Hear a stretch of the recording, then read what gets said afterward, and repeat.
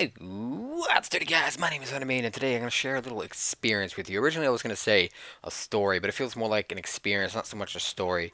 I did tell this experience story, whatever you want to call it, on my old channel. However, only like 1% of you guys actually followed me over from my old channel to my new channel, so I figured, why not? This is something brand new that you guys have never heard, and it was actually recommended by Laura Kill, so thank you for that, Laura. So this experience or story that I'm talking about, it is the very first time I ever had to watch my niece Brooke. Some of you guys may know this, some of you guys may not know, but I do have a twin brother. He's my fraternal twin brother, not identical, just to let you guys know, which means we don't look alike.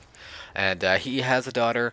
At the time, she was 6 months old. Of course, now she's coming up on 2 years old. But yeah, so she's 6 months old, and my brother, I just got home from work. I worked night shifts at the time. Just got home from work. It's early in the morning, and my brother comes up to me and says, "Hey, I just got called into work, and mom is going to a doctor's appointment. Can you please watch Brooke for me?" Now, of course, I'm not going to sit there and say no, right? I mean, it's family. Even though I have no experience whatsoever with watching a kid, I reluctantly agreed to watch Brooke for a couple of hours while my mom goes to the doctor's appointment. He goes to work. My dad's already at work. I'm the only one home, and I'm, of course, sleep deprived because I've just been at work all day and I want to go to fucking bed.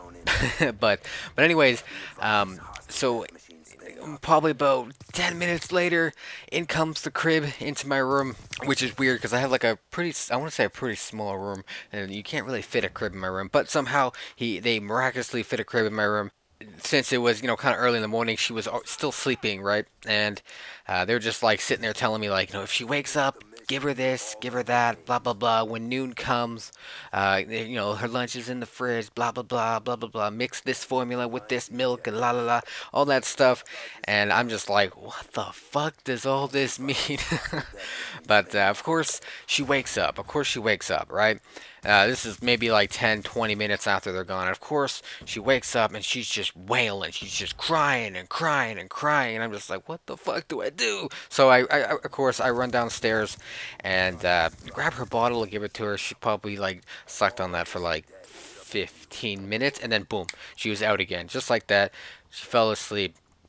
But I want to say maybe like another 15, 30 minutes later, she wakes up again, and yet again, non-stop crying on the top of her lungs. Like, I had a bleeding headache, not not just a normal headache. I could feel my head bleeding. That's how loud she was. And so of course I'm gonna pick her up and hold her to try and make her stop crying. Because I don't know what she wanted, right?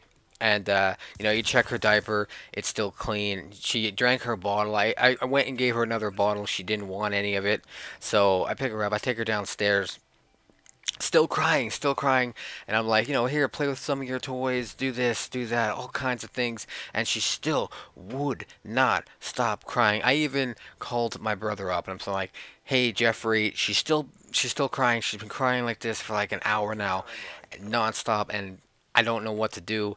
And he's just like, did you give her this, give her that? And he's like, I don't know, dude, you're on your own. And so I'm still here freaking out, so I turned the TV on to hopefully, I guess, drown her out. I don't know, but it was on like the kids show, like the Disney Channel, the Treehouse Channel, whatever. And so a show comes on. I still have her up in my arms, and I go and walk past the TV. And the second I walk past the TV, she stops crying. And then when I continue on, boom, she starts crying again, just non-stop crying.